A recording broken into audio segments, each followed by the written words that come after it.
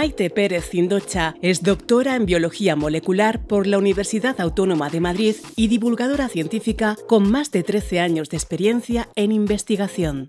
Le apasiona comunicar y contar historias. En 2018 fundó Eres Ciencia, un proyecto multidisciplinar enfocado en la creación de un espacio en el que se despierte la curiosidad y se hagan preguntas sobre muchos temas de nuestro tiempo, para explorar el mundo que nos rodea y entender cómo funcionamos. Una forma, en definitiva, de descubrir el método científico y el amor por la ciencia. Maite tiene una formación y una sólida carrera profesional como científica, pero además ha desarrollado una fructífera actividad en el ámbito de la comunicación y la divulgación de temas científicos y tecnológicos, dirigidas sobre todo a niños y niñas en edades en las que se está descubriendo el mundo y la imaginación no tiene límites. Además, también es co-creadora de La Lupa Sónica, un premiado podcast de ciencia para niñas y niños. Pero conozcamos más de la mano de la protagonista en esta entrevista. Cuéntanos un poco el comienzo de tu trayectoria en la ciencia. ¿Cómo llegas a este mundo? Además, en tu web Eres Ciencia y en el podcast hablas de mujeres que fueron pioneras y referentes en la tecnología y la ciencia. ¿Cuáles fueron las tuyas y quiénes te influyeron a ti? Pues mira, yo la verdad es que decía que quería ser científica ya desde muy pequeñita, pues no sé, tenía 6 o 7 años y decía que quería ser bioquímica sin saber muy bien en verdad qué era aquello, pero para mí era, por un lado, me imaginaba que era pues aprender de cosas que tenían que ver con la tierra, los bichitos, el ser humano y los animales, las plantas, y por otro lado también me imaginaba algo en el laboratorio con tubitos y haciendo experimentos, ¿no? Y es verdad que a medida que fui entrando pues a aprender más cosas, avanzando en la escuela, luego en la universidad y en el instituto, es verdad que me fui dando cuenta que realmente a mí me gustaban mucho esas dos partes. Y al final sí que acabé haciendo bioquímica. Entré primero en biología porque en aquella época, bueno, las carreras no estaban como ahora, entonces primero entrabas a hacer un primer ciclo de biología, que disfruté un montón, y luego ya pasé a hacer bioquímica de segundo ciclo. Y la verdad es que se cumplió un poco esa idea inicial de lo que pensaba que sería cuando era pequeña.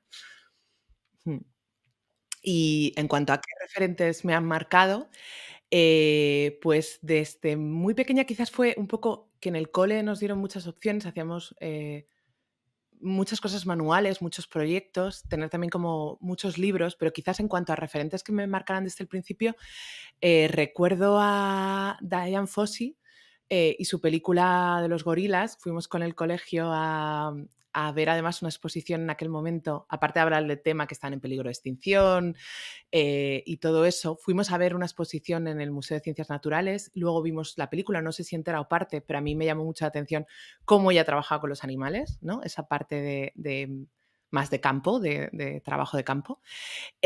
Luego mucho Margarita Salas, porque como a mí siempre me ha gustado mucho este tema, mi madre en cuanto quizás era la que estaba más en los medios en aquel momento, claro, yo soy de los 80, y bueno, pues al final mi madre cuando veían un recorte en prensa o alguna entrevista o algo sí que me la ponían. Mi madre sabía que a mí me gustaba mucho, cogía muchos libros en la biblioteca que tuvieran que ver con este tema de divulgación. En el cole enseguida me ponía a hacer mis historias, si mis plantas, cómo reciclábamos en casa, ese tipo de cosas. Entonces es verdad que mis padres, bueno, pues me buscaban un poco, intentaban dentro de las cosas que me gustaban ofrecerme recursos, ¿no? Dentro de lo que había en aquel momento, que a lo mejor no era tanto como lo que tenemos ahora. Pero sí que a lo mejor, pues sí, pues eso, sobre todo ir a la biblioteca, recoger libros divulgativos, en el cole mucho también, es verdad. Entonces eso también yo creo que ayuda mucho a ver que eso que te gusta es un camino que puedes seguir, ¿no? Y que puedes seguir tirando del hilo ahí. Y más mayor, que creo que es muy importante y también muy interesante, en el instituto, en el último año, tuvimos una profesora de biología que fue estudiante doctorando de Eladio Viñuela, marido de Margarita, y que también me marcó mucho por esa parte más cercana de contarte un poco dónde hacer la carrera, qué cosas fijarte, si tú quieres ir por este camino, en qué cosas tienes que tener en cuenta o te pueden servir, ¿no? Que eso también creo que esa parte quizás más cercana fue ya más de mayor, pero también lo veo como muy importante, ayudarte a abrir el camino quizás.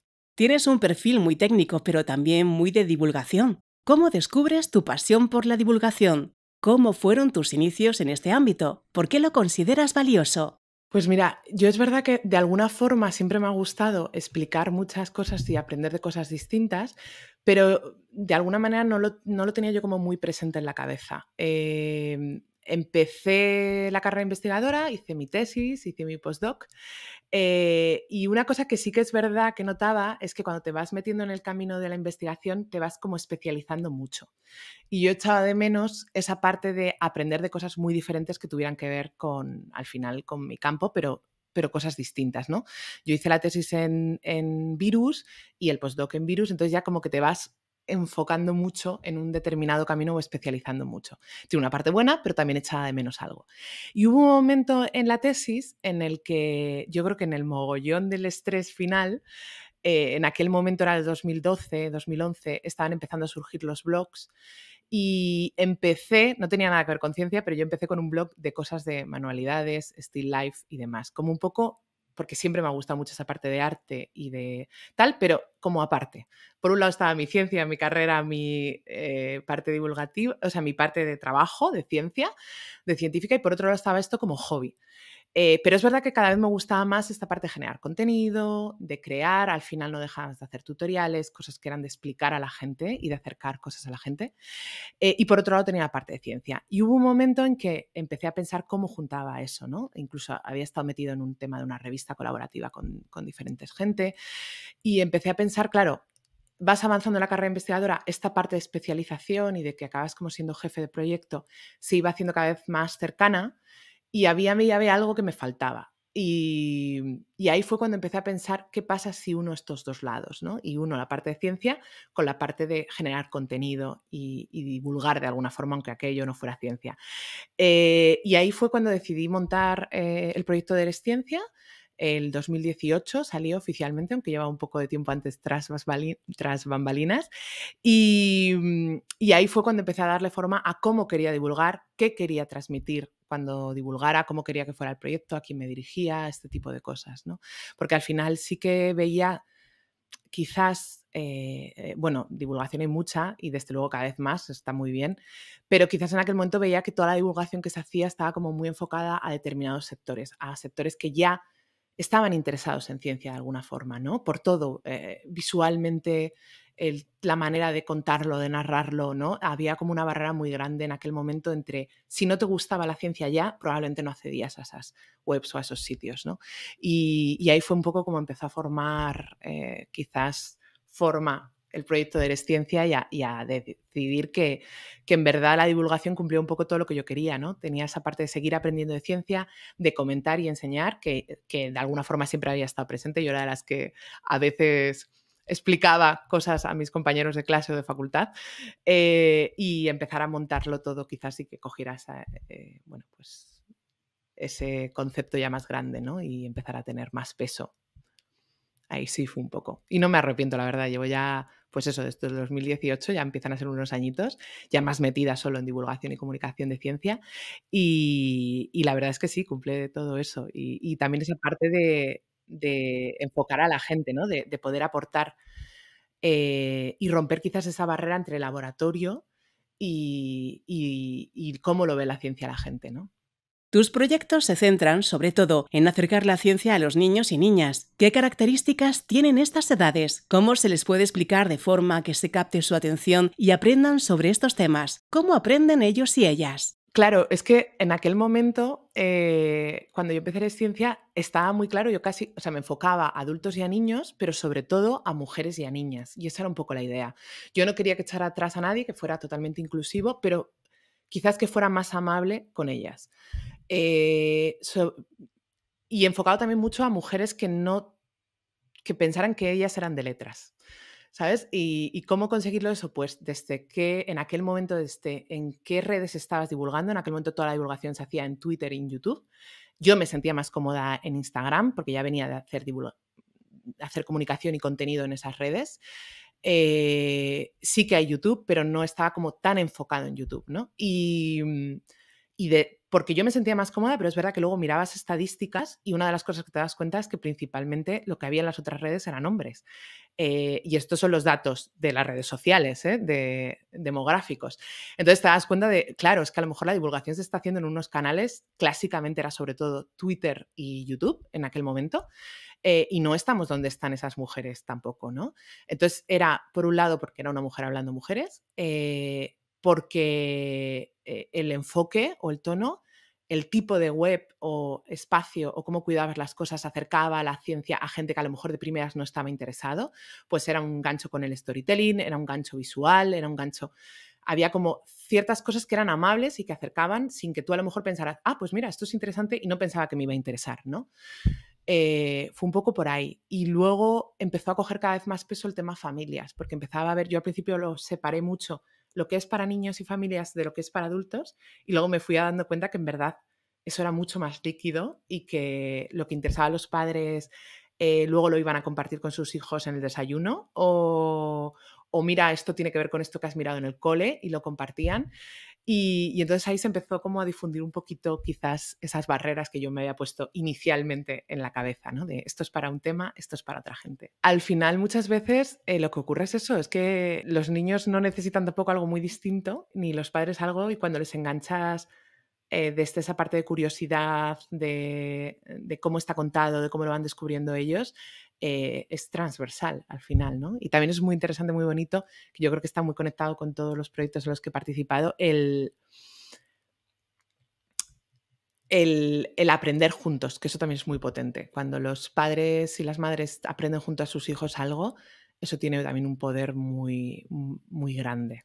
Yo creo que un tema muy importante cuando estás trabajando con niños y niñas es el cómo ellos van aprendiendo. Creo que muchas veces el problema cuando enseñamos ciencia es que enseñamos el conocimiento al que llega la ciencia, pero no cómo se hace la ciencia. Y ahí cuando explicamos cómo se hace la ciencia, estamos haciéndoles a ellos partícipes en parte de ese descubrimiento, ¿no? Yo pongo siempre mucho hincapié de te doy una píldora, pero a lo mejor te dejo algo para que sigas explorando. O hacemos un experimento, pero tienes más conocimientos. O como en el experimento dejo que primero intentes tú sacar tus conclusiones y luego vayamos construyendo lo que ha ocurrido o intentemos elaborarlo, ¿no?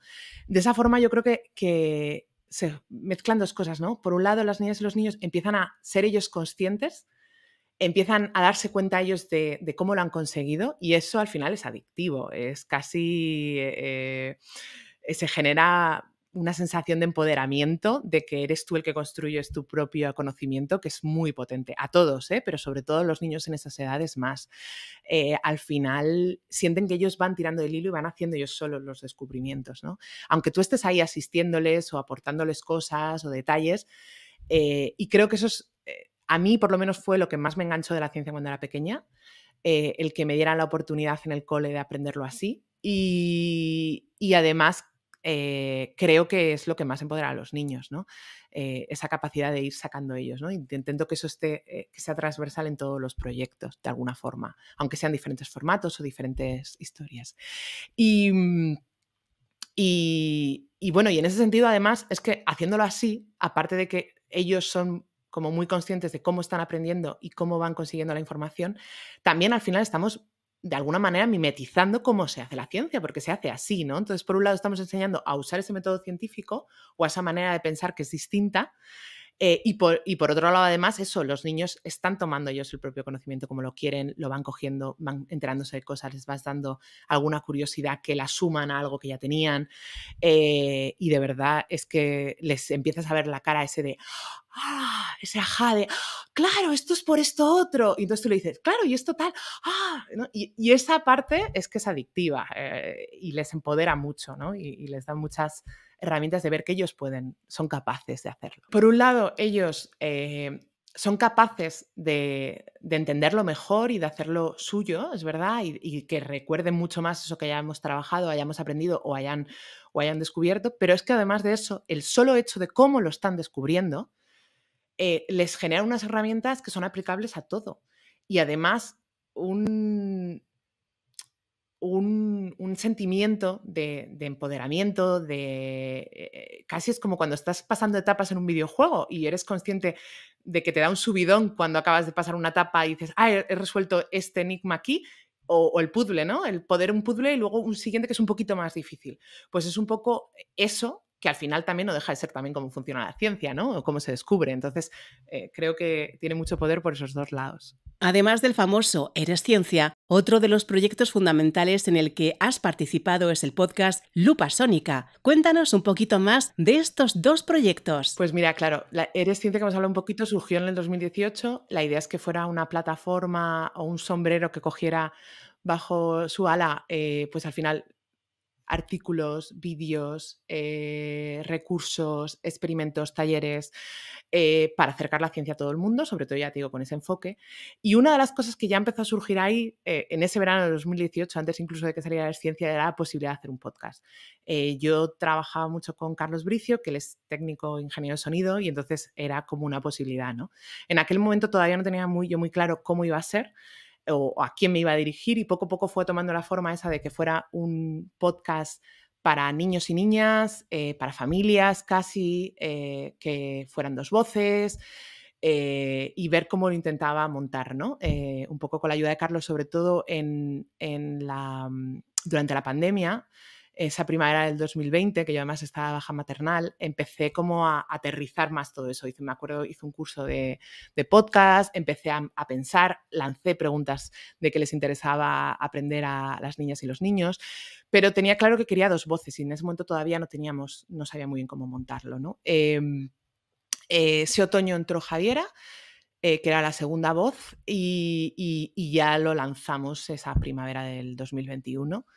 Y La Lupa Sónica al final es un podcast eso, para niños y niñas, para niñas y niños, para familias, para escuchar juntos, que cuenta la ciencia, tratamos temas muy diferentes, pero desde un punto de vista pues con historia, con un diseño muy cuidado, con un diseño sonoro muy cuidado, con humor, contando también un poco cómo se hace, cómo se descubre, y la verdad también ha sido un proyecto que nos ha traído muchas alegrías, ¿no? Ahora ya ha terminado La Lupa Sónica como tal, espero que pronto haya otro podcast, pero sí que ha sido un proyecto, pues eso, que nos ha traído muchas alegrías, que se sigue escuchando mucho, eso es verdad, lo siguen escuchando muchas familias, gente que lo descubre, gente que lo sigue escuchando, y bueno, y la verdad es que creo que el podcast también comparado, o sea, tiene también sus propias ventajas casi como medio, ¿no?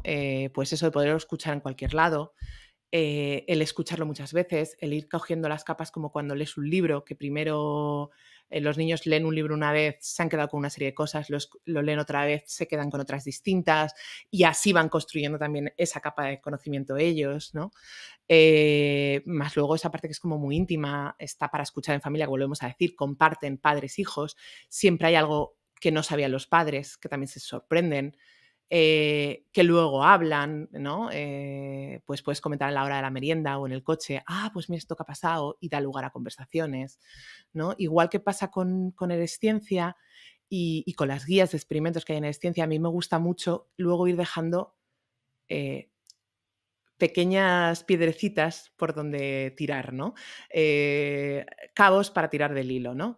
Y eso también pasa en La Lupa Sónica. Hay más datos para, si hemos hecho un episodio sobre los fondos marinos, pues entras en la web y hay fotos, hay algún libro, hay información, hay vídeos de documentales, ¿no? Que es algo que también, por ejemplo, está en las guías de experimentos, que también intento en Eres Ciencia cuando hablábamos, por ejemplo, de alguna de las científicas del mes, que luego tuvieras diferentes recursos para seguir aprendiendo cosas de ella.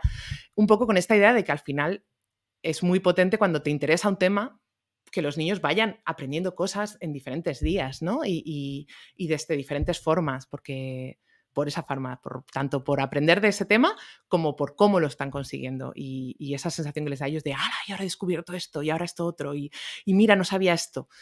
Eso me parece que es muy poderoso, ¿no? Intento que sea un poco transversal en todos y que también está en La Lupa. En tu experiencia, ¿cómo ves el problema de la brecha de género en el ámbito STEAM? ¿Qué se podría hacer para acercar más este mundo a las chicas? ¿En qué edades empiezan estos problemas? ¿Cómo abordarlos? Pues yo individualmente es verdad que nunca sentí que no pudiera hacer ciencia, porque en el cole o mis padres o mi alrededor siempre como que no he visto que no se pudiera, pero es verdad que a medida que vas subiendo te das cuenta, me refiero a la carrera investigadora y demás, te vas dando cuenta de que cada vez hay menos mujeres, a pesar de que mi carrera es verdad que es justo las del revés, las de que hay casi más chicas en la carrera que chicos. Pero bueno, te vas dando cuenta un poco cómo va todo, ¿no?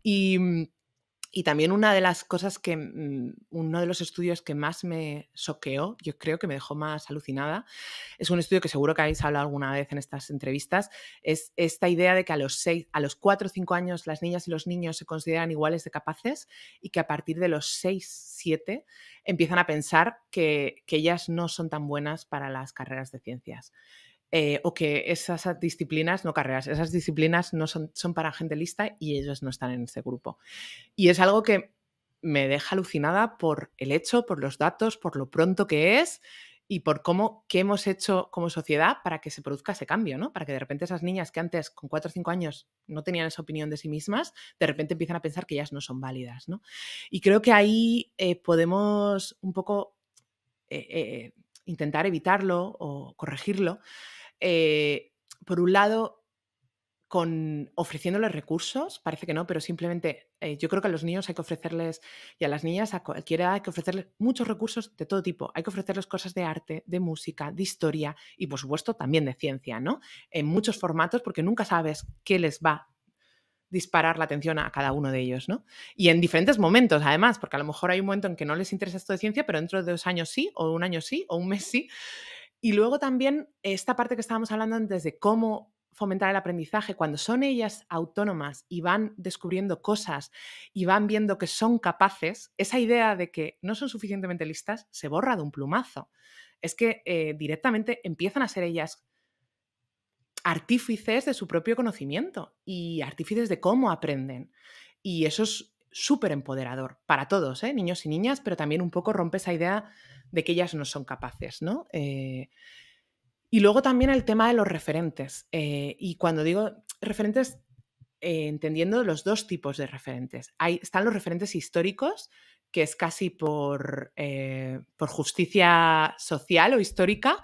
Hay que hablar de gente como, por supuesto, Rosalind Franklin, Marie Curie, Diane Fossey, todas estas, Margarita Salas, todas estas mujeres que han formado parte de la historia y del conocimiento que tenemos ahora de la ciencia, pero también con referentes cercanos, ¿no? Gente que está más cerca de nosotras y que rompe quizás esa barrera de que quizás a veces ocurre con estos referentes históricos, de que solo gente muy brillante puede dedicarse a la ciencia, ¿no?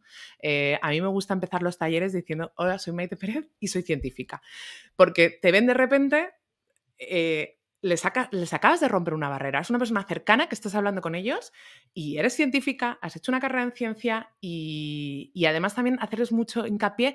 Hoy en este taller vamos a hacer ciencia y vosotros hoy habéis hecho ciencia y hemos hecho experimentos y habéis sacado vuestras propias conclusiones y habéis conseguido resultados y habéis mirado, porque eso, les volvemos a traer a referentes cercanos que también están alrededor, ¿no? Y darles recursos, decíamos antes, de todo tipo. Libros, hay niños que aprenden más auditivamente, hay libros que aprenden más haciendo, hay niños que aprenden más con lo visual, hay niños que aprenden más leyendo, pues darles diferentes formatos para que, pues acercarles eso, al final no solo ciencia, cualquier tipo de cosa a niñas y niños, ¿no? Y también muchos de estos juguetes que son de exploración o de aprendizaje autónomo, que tiene que ver también mucho con todo esto que estamos hablando, de que ellas vean que construyen una cosa y llega, o construyes un Lego y tal, o estás construyendo un robot o un engranaje y eres capaz de conseguir algo, porque al final esto también hay un montonazo de estudios en aprendizaje, ¿no? Cuando ponemos el foco en el proceso y quizás con las niñas a veces ponemos mucho el foco en el final sin darnos cuenta. También hay un documental muy chulo de la ABC en cómo un profesor, sin darse cuenta, estaba generando un sesgo en el cole, totalmente inconsciente, porque lo tenemos tan metido muchas veces, cómo celebramos que la niña ha sacado muy buen resultado o está muy guapa o tal, y no celebramos lo mismo con el niño, ¿no? Y de manera inconsciente, cuando terminó y se vio, y vio todas las grabaciones, es que el chico se echaba a llorar diciendo, no me lo puedo creer que sin ser consciente de esto esté generando, o sea, intentando conseguir justo lo contrario, muchas veces esté generando esto, ¿no? Lo tenemos tan metido de alguna manera que no nos damos cuenta. Entonces yo creo que eso, dándoles recursos, dándoles opciones, fomentando este aprendizaje propio, creo que ayudamos mucho. También hay un estudio que dice que justo que es contraproducente el efecto Marie Curie, que les hace pensar que solo es gente muy brillante y que además ha, ha dejado mucho atrás por hacer ciencia, ¿sabes? Ha perdido muchas opciones, no, o no son madres, o han perdido no sé qué, o han tenido que estar trabajando a lo loco un mogollón de tiempo, o se han enfrentado a, pues yo qué sé, Rosalind Franklin, ¿no? O sea, que claro que hay que contarlas porque son, y hay que contar la injusticia que han sufrido, pero también hay que verle que la ciencia hace todo el mundo y que no todo el mundo es ni Marie Curie ni Einstein, ¿sabes? Que no, y es el objetivo, claro, que la ciencia se hace en el día a día con gente normal, en sus casas, con sus familias, con su vida, con sus hobbies y con sus día a día, ¿sabes? La ciencia o la ciencia más de experimentos o de hacer cosas se enfoca mucho a instituto, a eso y bachillerato. Y a los niños pequeños no se les da esa opción. Cuando mucho de lo que se está formando y de su capacidad de decidir que les gusta o no la ciencia está en las primeras etapas, está en primaria, incluso te diría antes. Y ahí no nos enfocamos en hacer este tipo de cosas con las niñas y los niños. Entonces, es muy difícil que luego se genera una preconcepción muy temprana. Entonces, creo que también se evitaría mucho, está mejorando, de hecho, la nueva ley educativa intenta que se fomente mucho este aprendizaje con experimentación y demás en etapas más tempranas, pero la realidad a día de hoy es que todavía se enfoca mucho en instituto y bachillerato y no tanto con niños de infantil o primaria. Y ahí, claro, también es parte del problema sin darnos cuenta. Y para las familias, ¿qué recursos, experimentos o herramientas les recomendarías para que ayuden a sus hijos e hijas a iniciarse de forma divertida en este mundo STEAM? Pues mira, yo creo que el ciencia está muy enfocado en eso de alguna manera, en dar muchos recursos muy fáciles para gente que de primeras a lo mejor no sabe muy bien, pues eso, esta historia de yo soy de letras y no sé cómo empezar, ¿no? Entonces ahí hay muchas cosas muy fáciles, muy sencillas explicadas. Hay una parte que se llama wishlist o tienda en donde hay un montonazo de libros, por ejemplo, de juguetes, de recursos para pues empezar simplemente de diferentes temas. Yo creo que los libros divulgativos son todos una maravilla, pero es que encima últimamente hay auténticas joyas, tienen una calidad bestial, son muy buenos, son interesantes, son visualmente preciosos. Esa es una opción perfecta. Podcasts, series. Mira, cuando hablamos antes de referentes, a mí una cosa que me marcó muchísimo y creo que toda una generación fue que a la hora de merendar teníamos en la tele, uno de los dibujos era La vida es así. Y yo creo que nos marcó a toda una generación de biólogos, ¿no? Hay muchas veces cosas que están ahí y que ayudan a ver si eso te gusta o no te gusta. Experimentos, juguetes educativos, microscopios, kits de engranajes, de robótica, hay un montonazo de juguetes que también van muy enfocados ahí, ¿no? Y la parte de poder hacer experimentos, hay muchos talleres gratuitos, en Esciencia hacemos muchos talleres, pero luego, por ejemplo, también hay un recurso que son las guías de experimentos que están muy pensadas para familias y para profesores, con esa idea de que son unos descargables, además tienen un precio estupendo, que te las puedas bajar a casa y que tengas cómo hacer un experimento de principio a fin, siguiendo esta idea de que sean ellos un poco autónomos en cómo van sacando la información, en cómo les hacemos las preguntas para que se empiecen a fijar y empiecen a darse cuenta de qué está ocurriendo delante de ellos, que no sea simplemente como el típico vídeo de YouTube de, vale, wow, ¿has pasado esto? Ya está. Explota el globo, ¿sabes? Y no me he quedado más allá, sino intentar fomentar eso de manera muy sencilla. Y luego además también, pues eso, tiene esas preguntas en cómo enfocar el experimento, cómo hacerlo, qué problemas podemos encontrarnos y podemos solucionarlo según lo que ocurra. Y luego también esa idea de recursos extras para seguir tirando del hilo sobre ese experimento, ¿no? Otros experimentos, un vídeo de repente, un libro, un recurso educativo, una app, que hay apps también ahora fabulosas, ¿no? Y muchas veces lo que nos cuesta como familias es en ese mare magnum que es Internet encontrar qué nos puede venir bien, ¿no? O hacer esa filtración. Y en ese sentido, Eres Ciencia también es como lo que llaman curador de contenidos o curate content, en intentar seleccionar cosas que sobre algún tema ya sean interesantes, ¿no? Y en Instagram, por ejemplo, en la cuenta también me gusta hacer mucho esas recomendaciones de cosas que no son a lo mejor directamente lo que pensamos de ciencia, a lo mejor es una peli, un vídeo, una app, un libro, una exposición, pero que son esos recursos que nos permiten ir acercando a la ciencia y, oye, ver si les gusta o no les gusta. Independientemente, es parte del conocimiento de la humanidad y son cosas que tienen que conocer y por lo menos ver cómo se hacen. Entonces, siempre es interesante que las familias intentemos aportar todo eso a nuestros pequeños en todos los ámbitos, ¿eh? Ya te digo que siempre es interesante en todos los ámbitos. ¿Las familias son conscientes de esta brecha de género? No lo sé. A veces siento que tengo un poco el sesgo positivo de que la gente que ya viene buscando mis talleres ya es gente que está más concienciada con eso o que sus niños lo demandan mucho y se encuentran en que no saben cómo ofrecérselo y entonces buscan recursos, ¿no? Pero bueno, creo que cada vez se va viendo más que existe esa brecha y además es verdad que yo vengo de una carrera en donde no existe mucho, pero lo veo en las más tecnológicas, por decirlo de alguna manera, o en el nuevo, nos viene todo un mundo de IA, un mundo de nuevas tecnologías, de programación, y ahí la brecha es muy grande. Y la brecha no solo es que no la reciban, sino es quien la crea. Cuanto más diversa sea quien está haciendo la ciencia, más diversa es la ciencia que recibimos en todos los aspectos, o la tecnología que recibimos, ¿no? Entonces, es interesante hacérselo. Yo creo que a veces la gente dice, bueno, es que no tenemos que obligar a las niñas. No, no es obligarles. Es darles recursos y que ellas decidan si pueden o no pueden, pero luego, desde luego, no hacerles ver que no son capaces, que a veces construimos la educación casi en hacerles ver que no son capaces cuando eso es falso. Y de hecho los datos dicen que no, que son muy capaces de hacerlo, ¿no? Y simplemente yo creo que es eso, darles recursos y ver si les gusta o no les gusta. Independientemente de que les guste o no, es que es interesante que lo aprendamos. Yo siempre digo que el método científico es uno de las herramientas más poderosas que tiene el ser humano, es la que nos ha permitido construir nuestra civilización casi como la entendemos a día de hoy. Y es un método que es aplicable a nuestro día a día en un montonazo de cosas. Yo tengo un artículo en la web, un post, que es justo eso, 9 cosas que hace el método científico en tu día a día, que es uno de los más visitados. Y que viene a ser eso, que esa manera de pensar es aplicable, seas ingeniero, científico o divulgador, o seas abogado, peluquero, em, artista, es que es una forma de aprender, ¿no? Que va muy entroncada, como decíamos, que aprenden los niños también. Entonces, saberlo y conocerlo es interesante, te dediques a lo que te quieras dedicar de mayor. Y creo que eso es interesante que lo fomentemos en los pequeños. Para terminar, ¿qué consejos darías a las jóvenes que están en ese momento de buscar su camino? ¿Qué les podríamos decir para animarlas y ayudarlas a reflexionar y tomar sus propias decisiones? Mira, si yo creo que una parte es si a ti te gusta eso, date el gustazo de hacer una carrera de eso. Yo siempre digo que yo biología y bioquímica la disfruté como una nana. Independientemente de que luego hubiera podido hacer el doctorado o no, o dedicarme ahora a divulgación, lo volvería a repetir porque la disfruté muchísimo.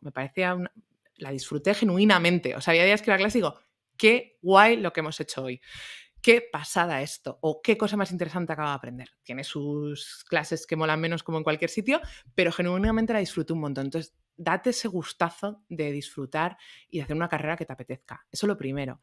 Si te gusta y te llama la atención, disfrútalo, no pienses en después. Yo me acuerdo que mi padre me decía, ¿por qué no haces ambientales? Que en aquel momento las empresas están montando más. Digo, yo es que quiero hacer esto. Ya veré luego cómo me busco las castañas, seguro que se abre algún camino, como se ha abierto de hecho, pero haz algo que te guste y que disfrutes.